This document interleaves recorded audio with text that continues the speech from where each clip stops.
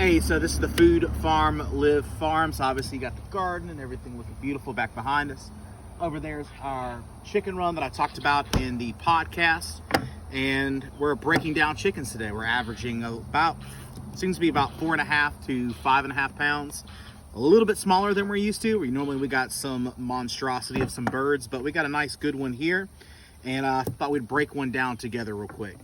So I like to keep the necks on. I do take the feet off. We did have a little bit of bumblefoot on this round of birds, so I went ahead and snapped those off. The girls have taken off the fingernails. They're dehydrating those already. Nice, wonderful doggy treats. So this is our chicken. This is a Cornish cross chicken. This one here is about 4.5, maybe 5 pounds. And let's break it down. So I typically go ahead and take these off. These always burn off whenever you're roasting it anyway. It's gonna go over into the stock pot. Into the stock pot. All right, let's get our wings.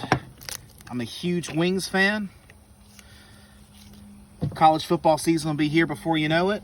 And what I'm doing, using all the natural joints of the bird to break down the animal. I'm not trying to saw through any meat or any bones.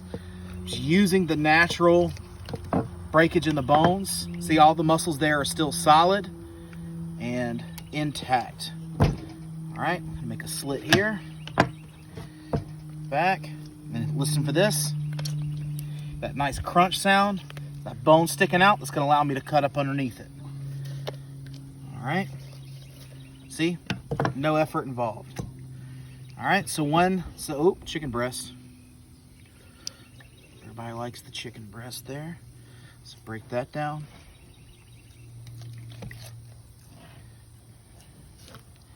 Go, down that bone. I like to flip it over. Right there's tenderloin.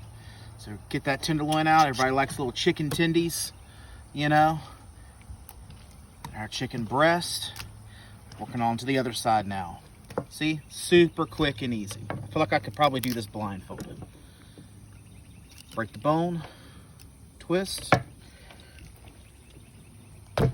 Actually took a little force there.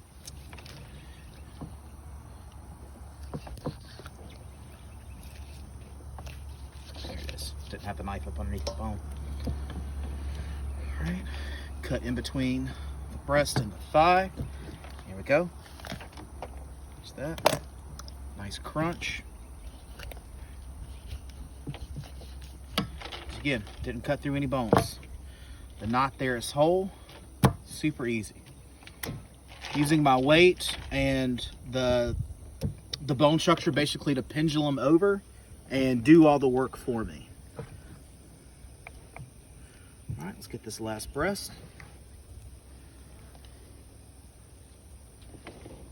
The last one's always a little bit more complicated. Ooh, not the best cut there. All right, that carcass, neck, goes over to the stock pot, flip it over, little flap there, get that off, good old chicken tenders, our chicken breasts. Can you show us how to get chicken legs and the rib meat? Can you separate those for me? Like for our followers, yeah, separate that. Show them how to separate those in case they want to butcher it all the way down. So in case you want to do like a chicken fricassee or you like frying those separate, you just kind of work it around. Find where that joint is. Right there. Break it. There you go. Boom. Boom. Top 3 things in successfully butchering a chicken. What is necessary? A super sharp knife. Hold on, baby girl.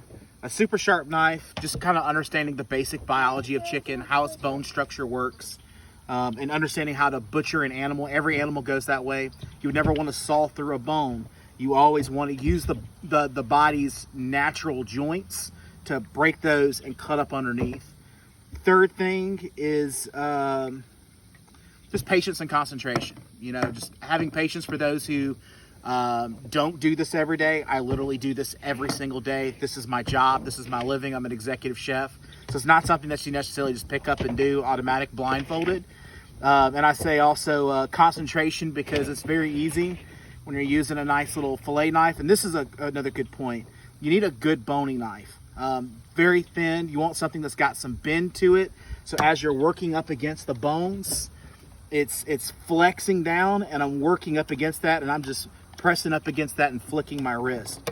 That always helps. You'd be surprised at how many more people get cut using a dull knife and trying to make it work versus having a proper sharp knife.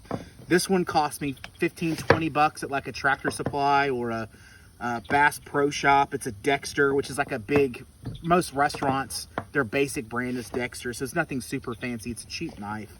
I like them because they're just quick, they're cheap, they got great flex to them. Look, I can literally, and I think those are my top 3. Thanks. You got it.